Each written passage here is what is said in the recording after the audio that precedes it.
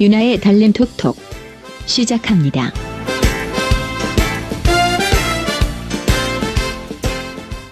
결전의 날, 대한민국 제18대 대통령 선거가 바로 내일입니다.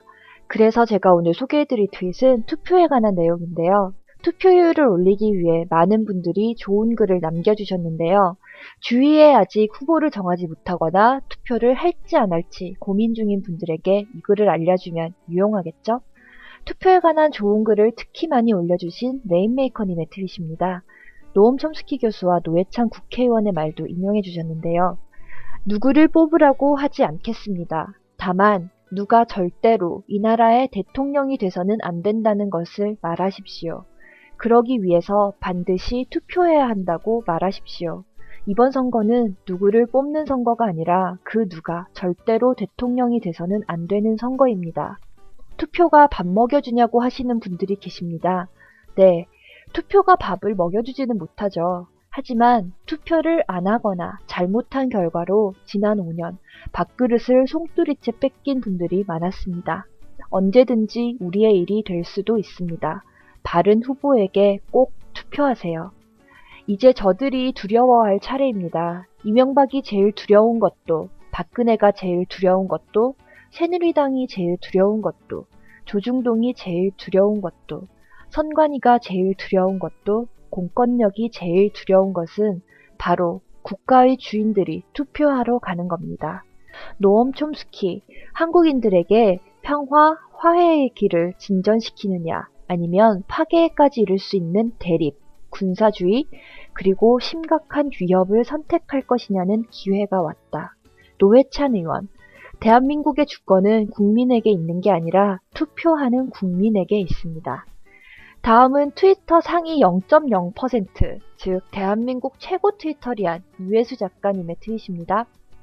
젊은이들의 투표율이 높아지는 것을 두려워하는 정당은 민주주의를 두려워하는 정당입니다. 국민이 나라의 주인이라는 사실을 부정하는 정당이지요. 그런 정당을 믿을 수 있겠습니까? 젊은이들이여, 그대들의 나라, 그대들의 민족입니다. 부디 투표합시다. 12월 19일, 투표를 안 한 사람도 나쁜 사람을 욕할 자격은 있습니다. 하지만 투표권이 있는데도 피치 못할 사유도 없이 투표를 안 했다면 나쁜 대통령을 욕할 자격은 없습니다. 시인 안도현님, 재외국민 투표율 71.2%, 비행기 타고 폭설 뚫고 가서 잃었다. 부재자 투표율 92.3%, 우산 쓰고 빙판길 걸어가서 잃었다.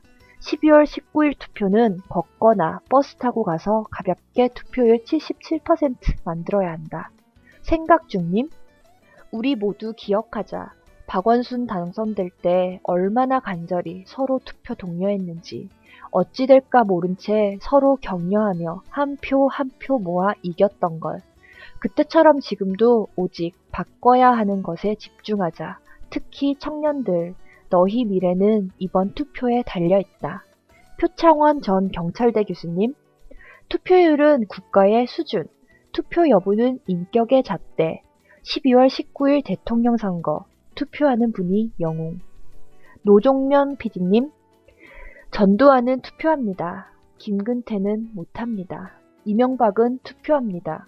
노무현은 못합니다. 방상우는 투표합니다.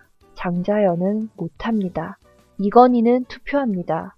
백혈병으로 죽은 삼성반도체 노동자 55명은 못합니다. 우리는 12월 19일 투표할 수 있습니다.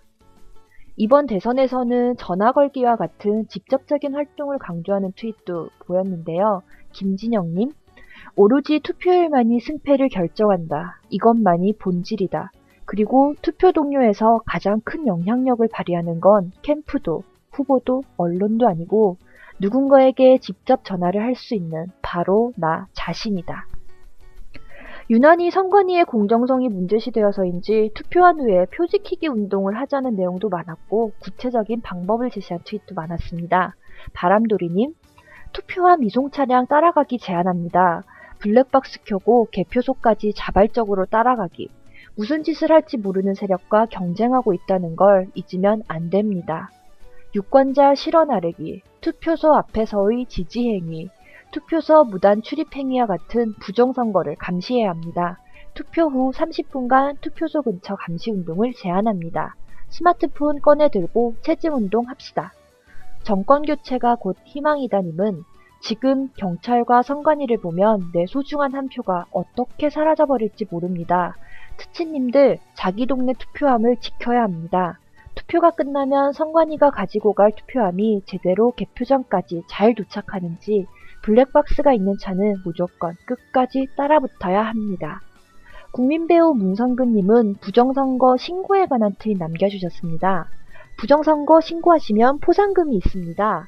돈 받거나 음식 얻어먹거나 공짜 구경하면 벌금 50배, 신고하면 포상금 최고 5억 원, 주면 일단 받으시고 곧 신고하시면 됩니다. 투표하기, 주위에 투표하자는 전화하기, 표 지키고 감시하기 등 개표 결과가 나올 때까지 안심하지 말고 지켜봐야겠습니다. 지금까지 힘드셨겠지만 마지막까지 더 힘내셔서 12월 20일 꼭 사람이 먼저인 세상에서 인사드렸으면 합니다. 12월 19일 여러분의 한 표로 세상을 바꿀 수 있습니다. 투표해주세요.